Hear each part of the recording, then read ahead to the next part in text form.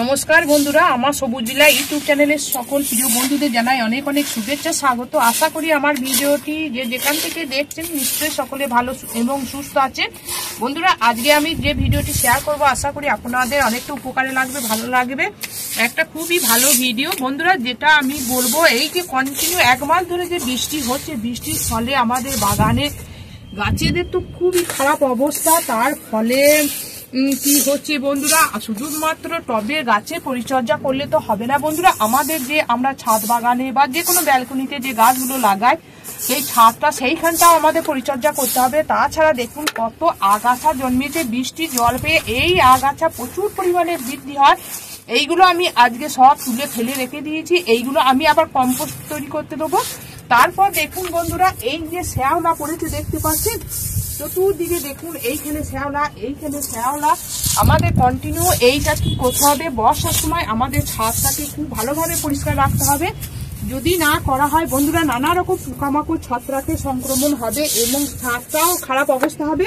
তার জন্য আমি একটা দুর্দান্ত টিপস এনেছি। দেখুন বন্ধুরা, এই যে চুনটা আমরা যে বিল্ডিং তৈরি করতে যে কালার করা হয়, বা এই চুনটা আপনারা কিনতে পাবেন।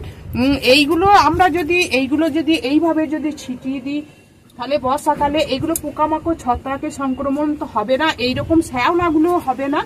আমি এইভাবে আজকে সমস্ত টবের চারপাশে এই চুনগুলো আমি ছিটিয়ে দেবো। অবশ্যই আপনারা এটা করতে পারেন। তাছাড়া বন্ধুরা দেখুন, এইখানে আগাছার মধ্যে আপনারা দিয়ে দেবেন। যে কোনো কম্পোস্ট সার তৈরি করতে, মাটি যে আপনারা যদি শোধন করতে চান, অবশ্যই আপনারা এই চুন ব্যবহার করবেন।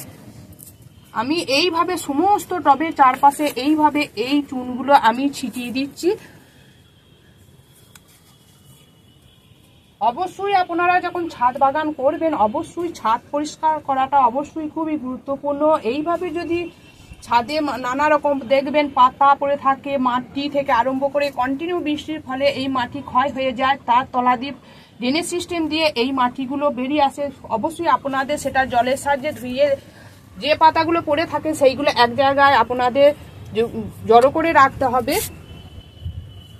এইভাবে আমি সমস্ত টবে চারপাশে এইভাবে এই চুনগুলো আমি দিয়ে দেবো।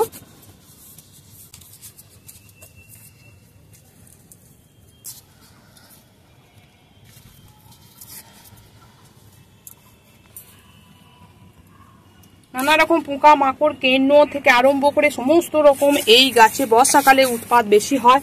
তাই অবশ্যই আপনারা যে কোনো কীটনাশক বা ছত্রাকনাশক অবশ্যই গাছে প্রয়োগ করবেন এবং গাছের মাটিতেও দেবেন। বর্ষাকালে এই কটাই হচ্ছে আসল ট্রিটমেন্ট। গাছের প্রয়োজনীয় খাবার কিছু বেশি দিতে হয় না, কারণ বৃষ্টি জলই হচ্ছে ওদের প্রিয় খাবার। তাই আপনারা এই যে বৃষ্টি হওয়ার প্রতি সপ্তাহে একবার করে গাছে আপনারা কীটনাশক প্রয়োগ করবেন, আর 15 দিনে অন্তর একবার করে ছত্রাকনাশক প্রয়োগ করবেন।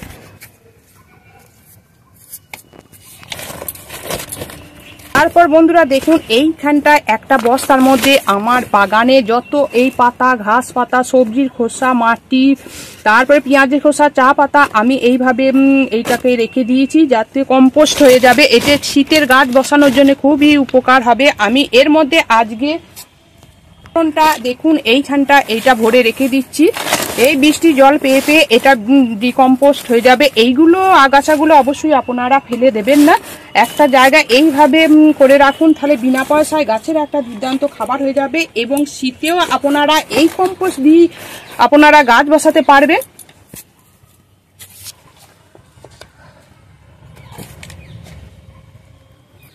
বন্ধুরা, ছাদ বাগান করতে গেলে কিন্তু একটু পরিশ্রম, ধৈর্য আর একটু ভালোবাসা, এই 3টে জিনিস মিশিয়ে যদি আপনারা যদি করতে পারেন, ছাদ বাগান একটা সুন্দর তৈরি হয়ে যাবে। অবশ্যই খুবই একটু ধৈর্যের দরকার।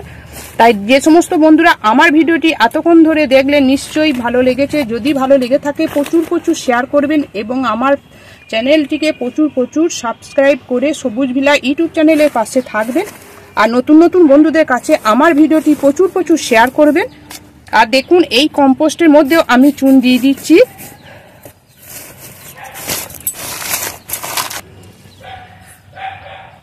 আপনারা ভালো থাকবেন, সুস্থ থাকবেন এবং সবুজের সঙ্গে সময় কাটান। ধন্যবাদ।